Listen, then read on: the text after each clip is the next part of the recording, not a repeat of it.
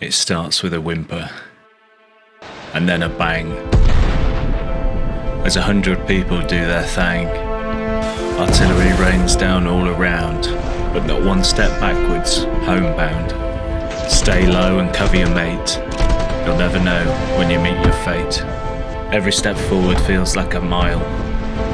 Into the hornet's nest you charge with a smile.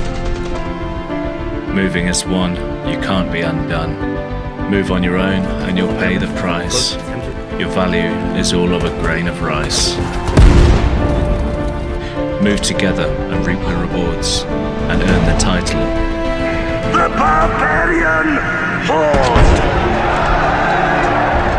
Or you can play public matches, which can be summarised like this. Oh my god, dude, I'm freaking out. I am so stressed out. I feel like I'm having a panic attack. You want to talk about stress? You want to talk about stress? Hey guys, welcome back to Wild Build Jamming. This week, we're looking at clan matches. Woo! Because I don't know if you've seen or not, but the other day, a guy called CDUB posted a load of stats about clan matches, and it showed that the Americans had won about 80% of the matches over the Germans. And whilst I think that data's really important and great for the devs to have a look at, I play for a clan called Exodus, and we kind of go against his data. And do you know what? I'm something of a scientist myself. If you want some, I'll give it you. Because I'm looking at this stuff, And I'm not happy. I know that allies win most of the matches they play, but I still think that just because you play as the allies doesn't mean you win. And what I want to focus on is a point made by our Commander-in-Chief at Exodus, Glovey, who raised the point in the Reddit thread that whoever takes the point first is highly likely to win due to not being able to build garrisons in the red zone anymore, which makes it a lot easier to defend and a lot harder to attack. So let's break this down a bit more visually in a lovely Venn diagram. I like the plasmic nature of your data modelling. Nice. So, let's be brief about this.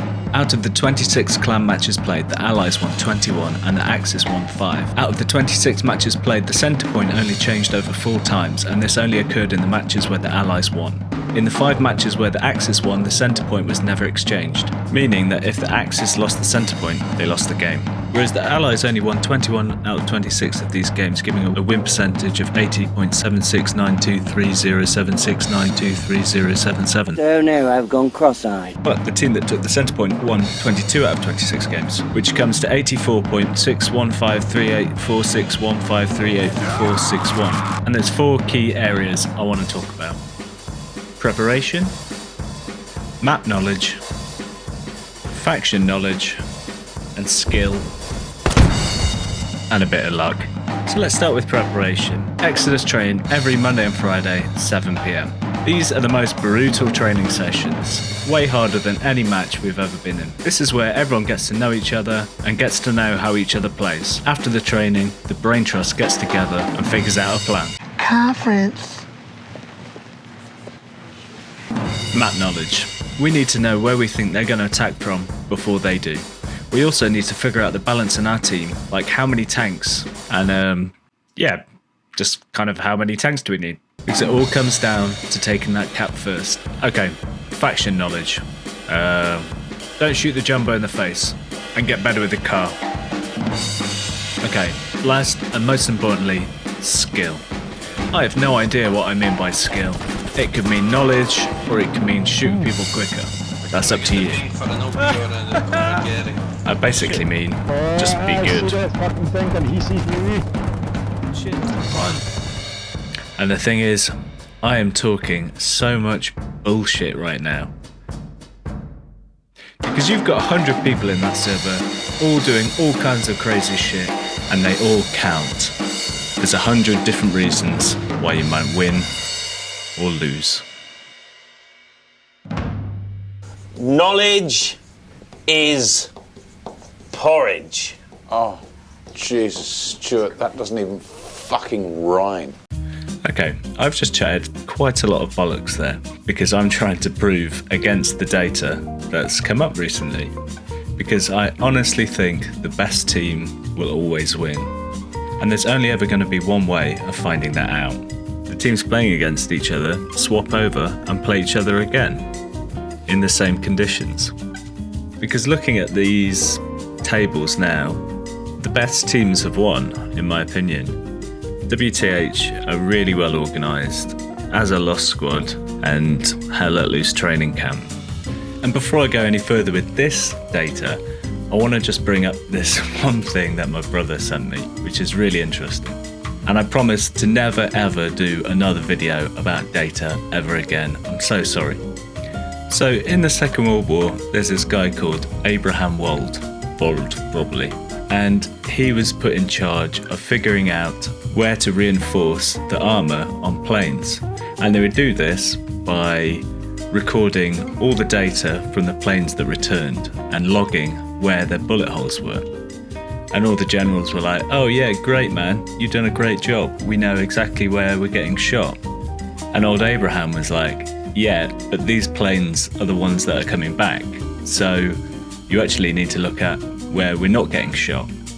And then the generals were like, oh. So if we use this analogy of Abraham Wald, right now I think we're looking at the bullet holes and we're not looking at where the bullet holes aren't. We know that the Americans have got better guns and better tanks at the minute, and those things are going to be changed.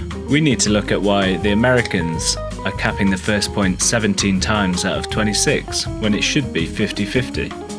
And with Abraham Wald in mind, I've got 2 matches with Exodus to show you where we played as both Allies and Axis. Back to back, same map, same teams. And here are the results. We beat them in the first match as the Allies 5-0. And we did that in 30 minutes. And then we swapped teams and we beat them again 5-0. But it took us 45 minutes. So if you look at the in-game stats from the first game where we played as the Axis, Hell Let Loose Poland have got 5 squads not building anything. They've also got a lot lower defense rating than our guys do, even though we beat them 5-0, which is weird. Then you look at the stats in the second game, and they've obviously realised, shit, we need to get more garrisons up and stuff. So they've cut back from those 5 squads to just 2, maybe tanks knocking about. And the building's gone up, and their defence points have gone up, and they've bought an extra 15 minutes of game time. And you're going to have to bear with me now, because I've done something pretty sad. I have added up all the points from all the different categories for each team and put them alongside each match. And I'm not going to go into too much detail about this stuff. You can pause the video and you can look at them yourself, because I don't know how much you can draw from this information, really. But I think this is probably the best stuff to be looking at, is the team versus team stuff. So the first thing that jumps out is obviously the combat score.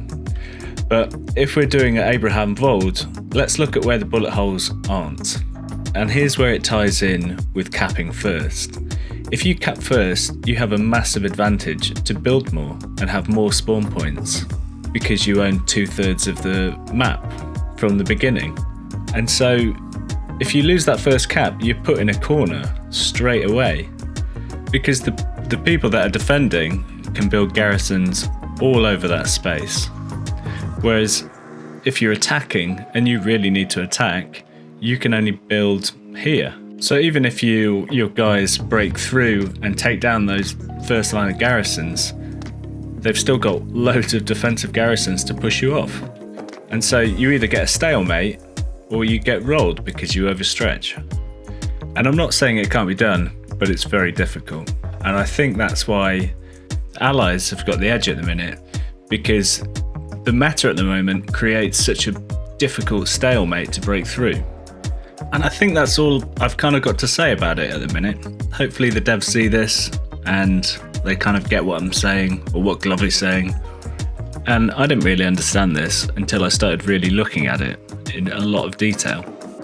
Okay, very quickly I'm going to go through what I would like to see changed, but take this with a pinch of salt because we don't know. I'd like to change the maps and where you can build the garrisons. Maybe something more like this, or maybe have 2 cap points at the start of the game, in which you need to take both to move up the map. which would create a bit of decision making and a bit of coordination right at the start to save a big rush to the one point. I'm not going to say anything about the faction balancing, just because I think the devs already know what the problems are and they're going to sort it out themselves.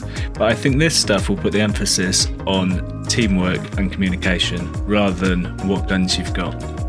But the other side to this is that public matches are pretty 50-50 at the minute. So we need to be really careful about what happens next. Because as much as I love clan matches, there's something brilliant about the disorganisation of a public match. When you've got a load of noobs in the server and you're having to teach them what to do, it kind of feels like you've got a bunch of recruits and you've got to grab them by the scruff of the neck and try not to get their heads blown off.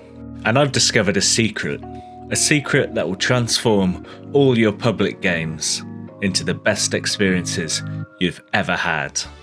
We all know how annoying it is when people don't know what they're doing. They don't know how to build nodes, they don't know how to build garrisons or outposts. But with this one simple trick, I will change your world. Do you want a special mission from Command? Yes, sir. Did you see that?